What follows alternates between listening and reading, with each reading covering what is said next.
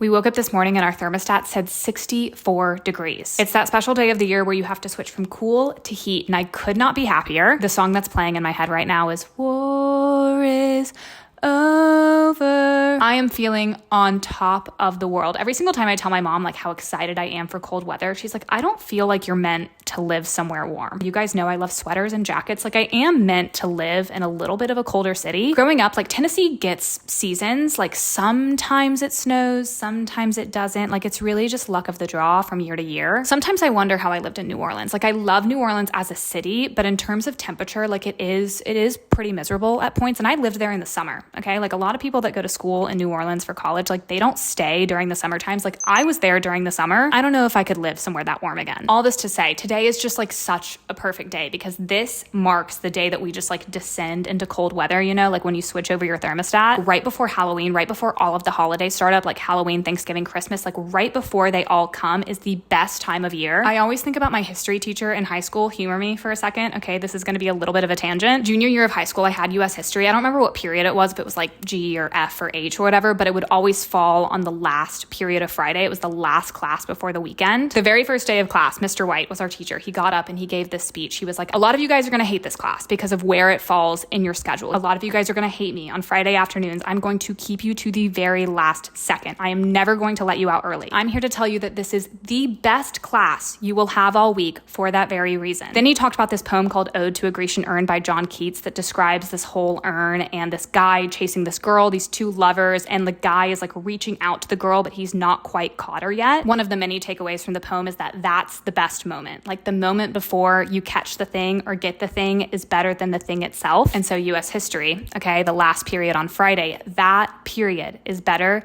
than the weekend itself. And that really stuck with me. Okay, I hope he's still giving that speech. I think he still works there. But like right now, the moment before the holidays is so much better than the holidays because it's all of the anticipation, all of the excitement. And so I am just feeling so excited. I leave town on Thursday for my cousin's wedding. I'm going to Seattle. So before we leave town, I just want to do a few fun fall activities with you guys, a few days in my life, cozy fall vlog. You guys know the drill. I'm doing a video with Day Hair. If you guys have heard of that brand, I'm making a little vertical video for them to post on their socials. They want me to sew one of my little patchwork shirts. I haven't made one in a while. I made one for the Maisie Peters concert. I did some of her lyrics on a t-shirt, and then I also made one for a 1975 concert. Love the way the 1975 one turned out. Like, I am so obsessed with that shirt. They asked me to sew a t-shirt for them and like have a little saying. I think they want it to say, have a good day. I want to get the t-shirt done and like edit the video for them before I leave town on Thursday. So my main goal today is to go get a t-shirt and some fabric and maybe start on the project. I'm definitely not going to finish it today, but it'll be nice just to have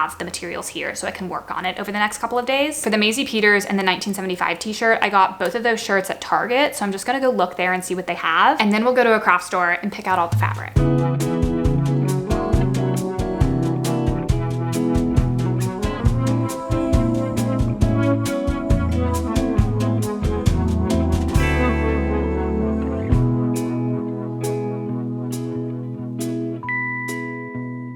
Okay, I looked all over. I found this t-shirt. I feel like this pink would be good. They do have white. It's not my size, which isn't really an issue because I can kind of fudge it. It's not like it has to be my perfect size for the video. This is another brand of t-shirts that they have in some other colors, but honestly, it's looking so long. I think I might do another round and see if I see anything else, but this might be the best choice. Okay, yeah, I did another round. I think I'm picking this because I know their brand colors. They want the color to be their brand colors. I don't know if I mentioned that. Literally their Instagram icon, this matches almost perfectly. It's kind of like a peachy pink, so I think that this is the right choice. On my way to the dressing room, naturally, I found more stuff. So I have these pink shirts, and then I saw some long sleeve shirts. So I have a brown shirt, a white, and a cream, and I'm just gonna try them all on and see what I think, because I feel like if I use a pink shirt, I'm not gonna have as much room with fun fabrics. It'll probably end up being the pink shirt, but I don't know. I'm just gonna try all these on.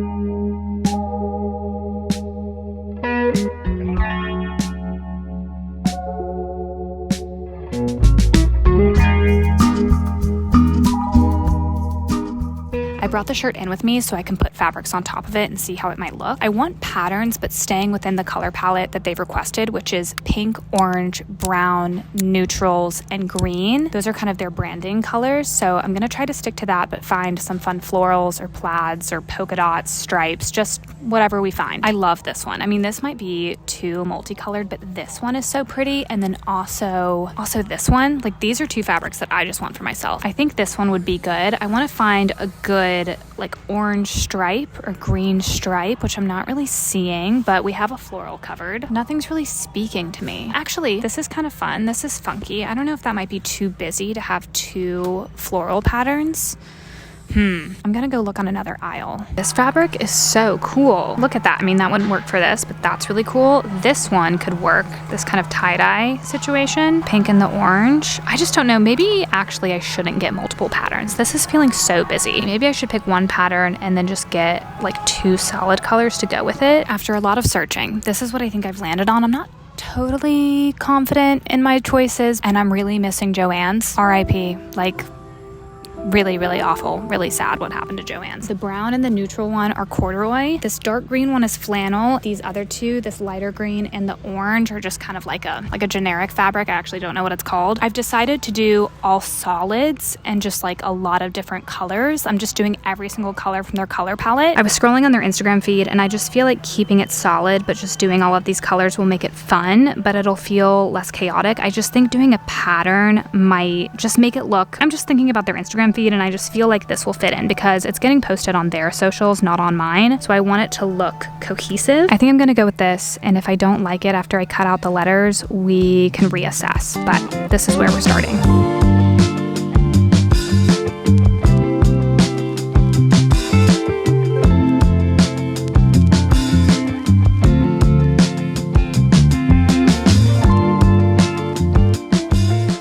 Would you believe it? I am back at another fabric store because I need a small embroidery hoop and I thought I had one. I couldn't find it at home. I actually knew that before I went to Michael's, but they didn't have any at Michael's. They only had like giant ones. I don't need one to make the shirt, but I want one. And I just feel like for the video, it'll make it look a little bit nicer, a little bit neater. You can kind of like see the work more clearly. I don't know. I just want one. This is all the fabric that I got yesterday. I guess I'm also going to see if they have any other fabric in here. So I think I'm going to bring this in and my t-shirt again just to see if we can find some other stuff to throw in the mix. Embroidery hoop has been secured. I was gonna film in there because I did end up getting more fabric, but then I was like, you know what? You guys can only watch me looking at fabric for so long. So I'm just gonna show you everything I have in total now that we're home. Okay, so the t-shirt, obviously. This is all the old stuff that I already showed you. The new stuff I got this olive colored flannel, a brown flannel, and then I got some patterns. Okay, I got a pink gingham, an orange gingham, and then I got this neutral stripe. I just feel like all the patterns I was looking at the last place were far too busy, but I think these will be good because they're a little bit more basic and just simple patterns. So I got these. We're gonna see how they all look together. I think what I'm gonna do, because I have so many different fabrics and textures, I think I'm gonna plan out everything on Photoshop, which I do not need to do. Like, it might be overkill, but I don't know. I just kind of want to plan out every single letter to see how I alternate between the different like slight variations of colors and fabric. It could save me time in the long run. I also got more thread. I ended up getting just some plain white thread and then this pink thread. I thought that might be good because the shirt is pink and I don't have that many pink fabrics, so I thought it might be nice to do another pink. I think I might make another coffee and plan on Photoshop. Again, this might be overkill, but I just feel like doing it before I start. I also really want to start a new book today as I'm photoshopping, as I'm sewing. I want to start an audiobook. I feel like at this point in 2025, we all have decided that audiobooks are just as valid as real books, but I feel like in the beginning, people just didn't really, I don't know, people were like, it's not reading, it's listening, it doesn't count. And I used to be like that. Like, I used to not listen to audiobooks for that reason, but I think what made me kind of get over that was crafting and knitting, because I would be sitting there knitting and I couldn't read a book, but I wanted to do something productive, but I couldn't actually like use my hands to flip the page. And so I would just end up knitting and watching YouTube all day, or watching TV, or watching movies, which is fine and good. But then when you're like knitting for hours and hours and hours, you just feel like you're watching TV endlessly and your brain is turning to mush. And so audiobooks like really helped me feel a little bit more stimulated as I was knitting. I think I'm gonna listen to The Favorites by Lynn Fargo. I've been seeing it everywhere, and yesterday Daphne texted me that she just finished it and she actually like really recommended the audiobook. Like I didn't bring up audiobooks at all, and she was like, the audiobook is so good. The only thing I know about this book is that it's about figure skater partners. One is named Katerina, the other one is named Heath. It seems like they kind of grew up with not a lot of family support, but they find each other and they become a figure skating duo. Clinging to skating and each other to escape their turbulent lives, Kat and Heath go from childhood sweethearts to champion ice dancers, captivating the world with their scorching chemistry, rebellious style, and roller coaster relationship, until a shocking incident at the Olympic Games brings their partnership to a sudden end. Oh my God. As the 10-year anniversary of their final skate approaches, an unauthorized documentary reignites the public's fascination with them. Okay, this is gonna be a sick audiobook. It's definitely gonna have the production value that I'm wanting because it's an unauthorized documentary. Like we're gonna get some fun interviews and stuff, I'm sure. Okay, I'm excited for this. I think it's like a 15-hour long audiobook, but I do have all 15 hours left on my Spotify. I haven't used any of them this month, so I'm just gonna use all of them up on this book. We're gonna Photoshop, we're gonna listen to this book, and then I'll show you guys my design plan once I'm done.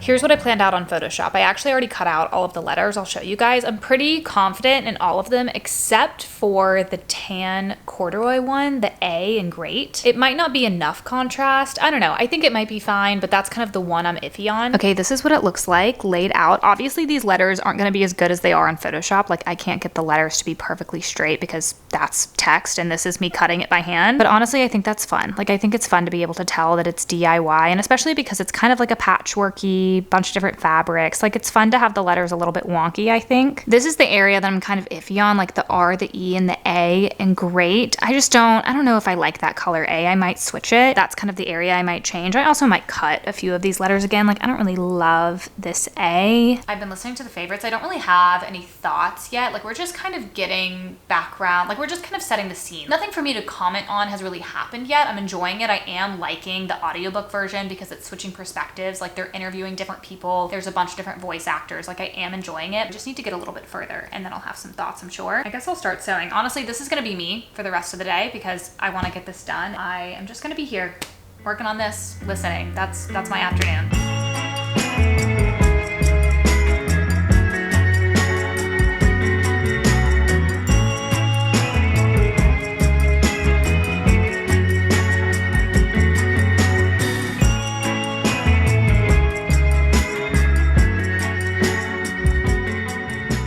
Up breakfast from Bomb Biscuit. It's pretty rainy and gloomy out today. I'll show you guys everything that I got. I just get their plain fried chicken biscuit. It has like honey and pickles and stuff on it. This is what Mr. Bug gets. It's called Carolina's Finest and it just has a bunch of gravy on it. And then we both get hash brown casserole. It's kind of like the hash brown casserole from Cracker Barrel. If you've ever had that, it's so good. The thing that we've been getting are the Bonuts, which are just donut holes, and then they come with an icing that you can dip them in. They're so good, especially when they're warm. I'm gonna make a coffee and plate everything. Ooh, I'm actually so excited to eat all of this.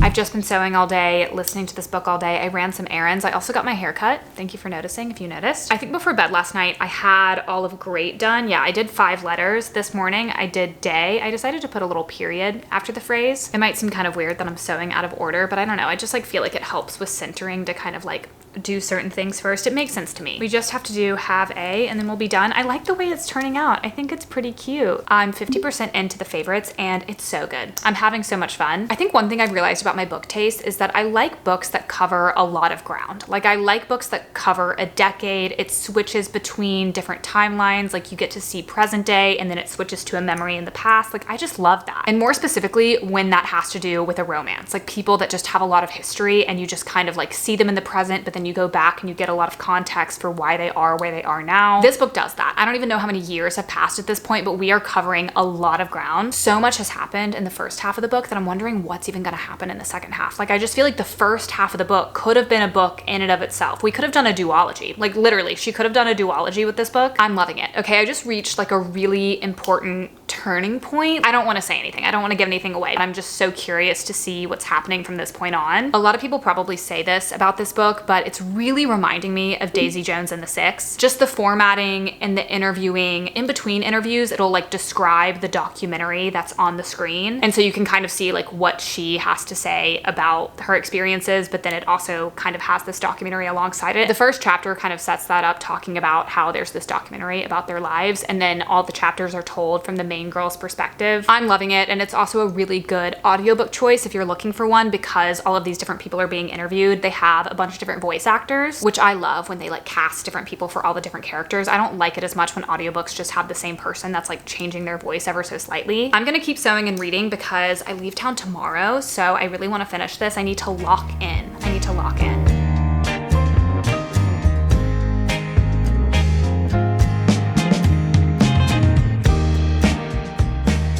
This is so not like me to be packing the morning before a trip. I did throw a bunch of stuff in this bag before I went to bed, but like normally I would have all of this organized, but I was just so tired. I like simply couldn't. I finished the shirt. This is how it turned out. I think it's pretty cute. I have 15% left in my book, so I'm gonna finish that today while we're traveling, and then I'll give you guys like a final wrap up. The vlog after this is gonna be all about Seattle, so we're kind of like weirdly overlapping timelines, which I don't normally do, but it's happening because this took so much longer than I thought. I figured this morning we could kind of pack together. I'll tell you guys what I'm packing. I think we're gonna do one checked bag and one carry-on because he gets one checked bag free with his status. So sometimes we like share this one, and then we just put like essentials and stuff we need for the night in this one in case this one gets lost. So in the carry-on, we'll probably put like what we're wearing tonight and maybe like wedding outfits, though I don't know if his suit is really gonna fit in this bag. But anyways, I thought we could pack together, so I'm gonna show you guys what I'm bringing. 3 main things that I'm attending that I need an outfit for: on Friday day, the bridal luncheon; Friday night, the welcome party; and then Saturday, the wedding. For the bridal luncheon, I think I'm gonna wear this dress. It's from Printfresh. I love the sleeves. They're kind of like poofy cap puff sleeves. It's midi length and it has a tie. I'm gonna wear gold heels with it, which I'm also gonna be wearing on the day of the wedding, so hopefully they don't break or snap or something, because that would be disastrous. I'm not bringing another pair of heels. This is what I'm wearing to the wedding. It's just like a strapless gown. The dress code for the wedding is light and bright florals. The welcome party dress code is casual. Like it says wear jeans, sweaters. The welcome party is at like a brewery pub situation, so it really is casual. Like I was like, really? Like they're saying that? Should I wear a dress? Like no, I can wear a sweater and jeans. I'm gonna bring blue jeans for just during the day. I think tonight I'm going to dinner with my family, so I'm gonna just pack like this mock neck shirt. Everything else is just like random baby tees, pajama shirts, an outfit for the flight back. I need to pick out a jacket and 1 or 2 sweaters. I also need to look at other shoes because right now I just have heels in this bag. I think this could be a really cute sweater for Saturday night. It's kind of like a sweater jacket. I feel like it's a fun color, so I might pack that. And then I definitely want just more of like a basic sweater, like a plain gray sweater or something. I might bring this one from Abercrombie. This one's great because you can just wear a bra under it. Like it's not scratchy at all. It's so cozy. I'm gonna bring these flats, and then I'm gonna bring these Reeboks, or I might wear these in the airport, or my tennis shoes. I don't know. I'm gonna bring these and then also my tennis shoes. Last but not least, let's pick out a jacket. Ooh, I could bring my new jacket. Is this gonna go with everything? I don't know. Maybe I should pick a more neutral jacket, but this is an option because this has a lot of good like thick lining. Actually, it's not like a lot of barn coats. Like a lot of barn coats are just like, honestly, they don't really keep you that warm. Like this one has a lot of padding in it. This is the one I had in mind when I was packing last night. It's a puffer coat, but it's honestly like not quite as puffy and thick as like a North Face puffer coat. It's a little bit more like stylish of a puffer coat. I can't decide. You're gonna have to watch the next video to see what I ended up picking.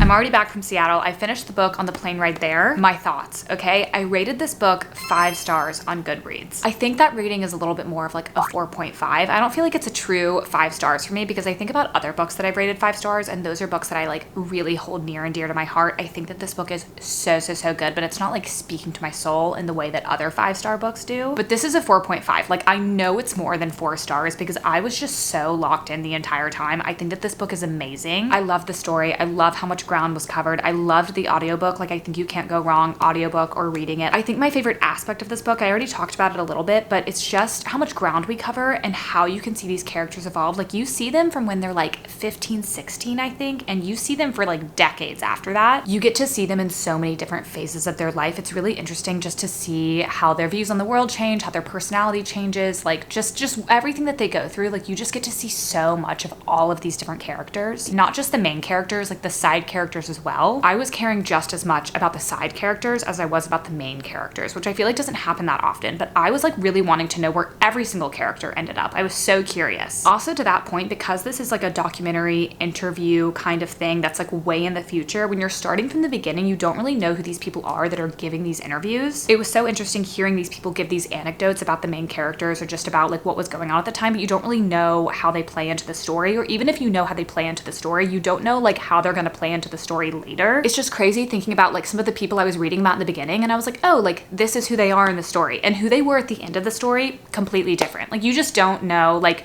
you just never know what's going to happen. The world of figure skating in this book, and I assume real life as well, it's all about winning, power, competition, obsession, drive, jealousy. You can never quite trust anyone, okay? Like, you think you know where battle lines are drawn, or like who's friends with who doesn't like who, but you can never trust anyone in this world because everybody's for themselves. So because of that, the whole book kind of has this aura of like, who can you trust? Is this person really who they say they are? Do they really mean what they say? It's so fun for that reason. Like, you're suspicious of everyone. The book is a little bit of a slower start just because you're learning about this world and like who the people are and stuff, but it's not that hard to get through, but it is a little bit of a slower start. But then after that, like everything is just, it's crazy. Like, you are locked in the entire time. If you like a romance book, or not even romance, like in every single relationship, like romance, family, friendships, if you like an element of toxicity, this book is for you. Okay, I was thinking about Magnolia Parks the whole time, just like that kind of relationship of like, do they actually like each other, or do they just like want to torture each other? A ton of twists, jaw-dropping moments. Like, some stuff I saw coming, like some stuff I was kind of like, ooh yeah, like I kind of thought that that might happen. Some stuff I was genuinely like sick to my stomach, so beside myself. Like, even after finishing the book, like I still cannot believe some of the stuff that happened. We need an adaptation of this book. Like, there will be an adaptation. I know there will be. I bet a series kind of like Daisy Jones and the Six, like that kind of vibe of like interview style, cutting to the actual story. Like, this book needs a TV show, especially because a lot of the stuff I know would pop on TV, like their figure skating outfits, the dances that they do, like you can't really hear the music. You don't know exactly how they're dancing. Like, they're describing everything, but it would be so nice to see it all. In the same way with the Daisy Jones and the Six show, like it was so nice to hear the music and to see their fashion. Like, they describe a lot of that stuff, but it's so nice to see it. This book would be so fun to see on TV. I really, really hope it becomes a TV show one day. So that's my endorsement. Okay, clearly I liked it. I think that you guys should read it, listen to it. I don't think I've given out like that many 5 stars, 4.5 stars. Like, this is definitely one of my top books of 2025. This is the end of the video. I hope you guys enjoyed it. I haven't done anything crafty on YouTube in a while. Like, I haven't knit in a while. I haven't done any sort of like craft in a while. So I hope you guys enjoyed me bringing that back. Let me know any other videos you guys want to see this fall. I'm really trying to catch up on my 2025 reading goals. So there's going to be a lot of reading in our future. You can follow me on all of my other socials, of course. You can also subscribe to me on here. If you've made it this far and you're not subscribed, that's actually kind of wild. So go ahead and subscribe if you haven't. And I think with that, this is goodbye.